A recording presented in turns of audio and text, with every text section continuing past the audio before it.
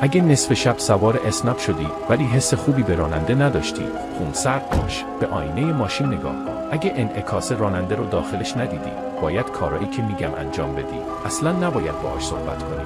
اون سعی میکنه سر بحث رو باهات باز کنه. اگه ازت پرسید عجله که نداری، جوابش رو نده و فقط سر تکون بده. با گوشی مسیر حرکت رو دنبال کن. اگه وارد مسیری شد که روی نقشه وجود نداشت، واکنشی نشون نده و طوری رفتار کن انگار متوجه نشدی.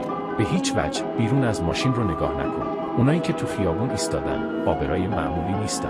وقتی راننده جایی توقف کرد که شبیه خونت بود، عجله نکن و زود پیاده نشو.